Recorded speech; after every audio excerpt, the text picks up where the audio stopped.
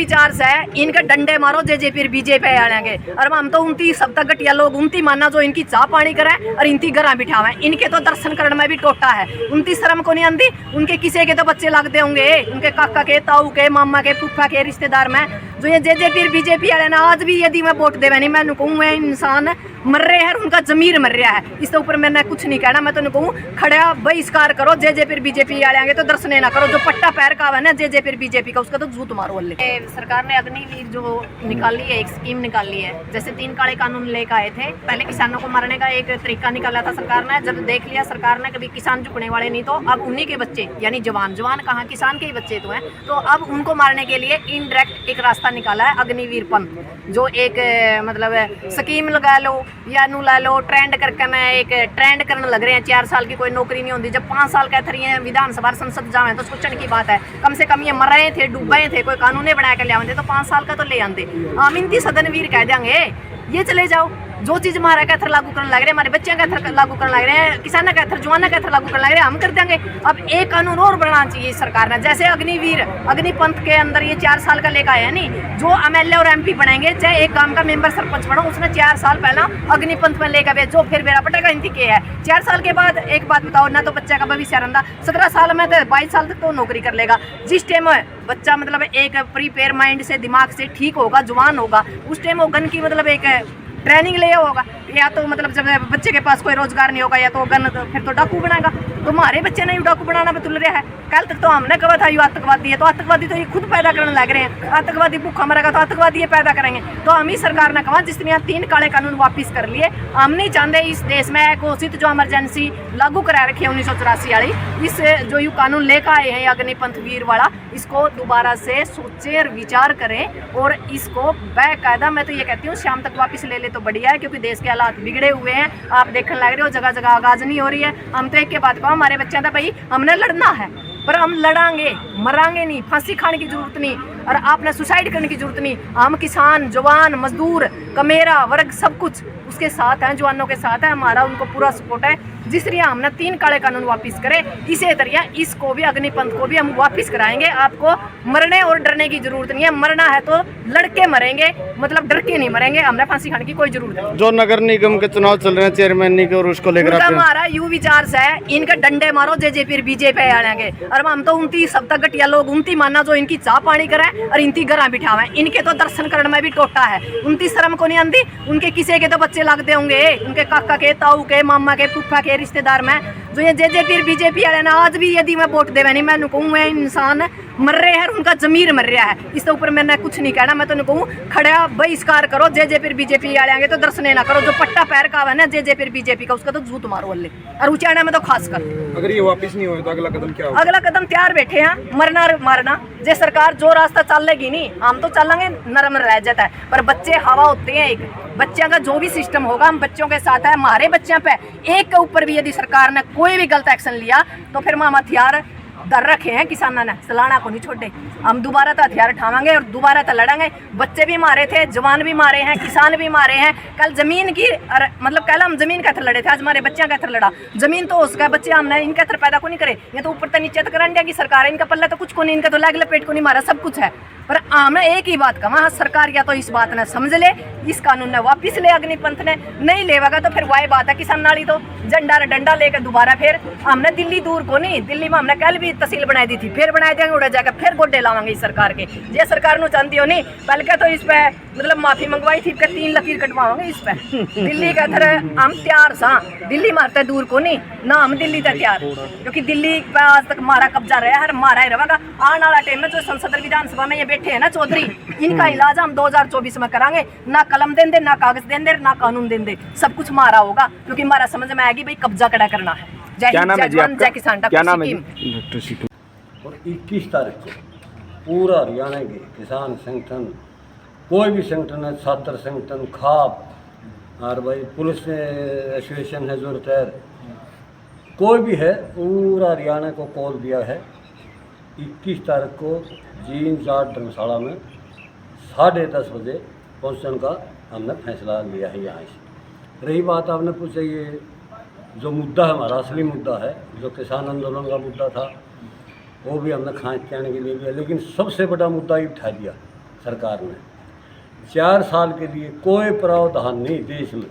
पूरे दूसरे दुनिया के देश हैं, कानून पूछ लो, अपने देश के कानून पूछ लो।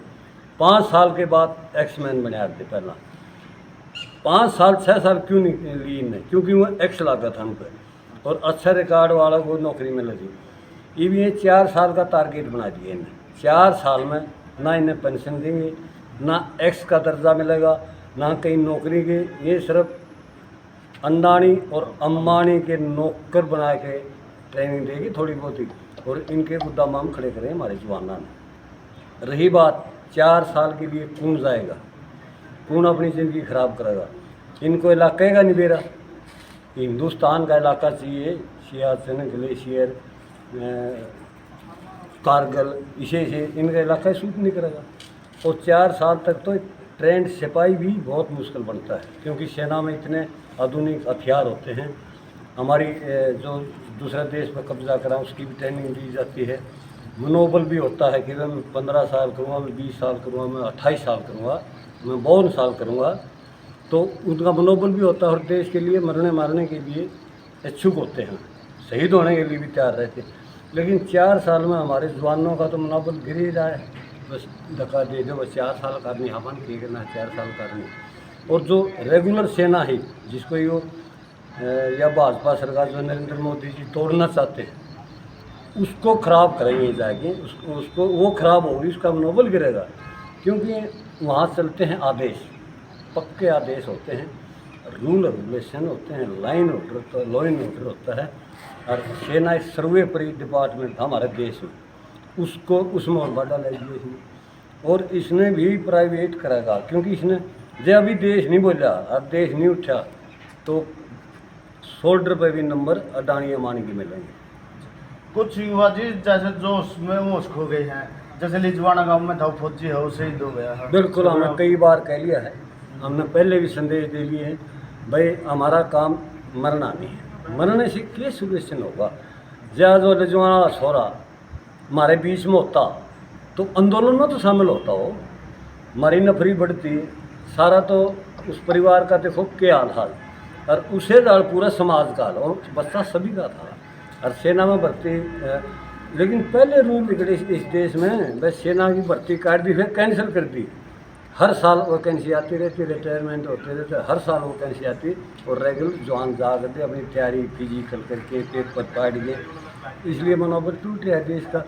लेकिन हम आज एक बात आपके चैनल से कहना चाहूँ भाई, जो जज्बा और बजपा के लोग हैं उनके तो बालक हैं, या तो उन्होंने कहा हम इतने अमीर हैं कि हमने ना फौज चाहिए ना सेना में जाना, इतने अमीर हैं हमारे पास इतना धन है, या तो उन्हें कह दो, नहीं तो वह भी बोलो ना हमारे युवाओं के लिए, कम से कम बसपा के जज्बा के लोग बोलो, आवाज़ उठाओ, आपके लिए आवाज़ है। तो बच्चे तुम्हारे सबके हैं, 36 बिरादरी के होते बच्चे, तो इसलिए उनको भी हम सलाह दें भाई आप भी देश के मुख्य धारा में आए। तो भी परिस्थितियाँ वो शांति में रखें, और सरकार ने जो ये 4 साल का प्रोपगंडा रचा है हमारे युवाओं के लिए, उससे बरगलाएं ना, शांति से सरकार को जवाब दें। हम बैठेंगे, जिस तरह किसान आंदोलन हमने शांति से जीता, इस आंदोलन को भी जीतेंगे।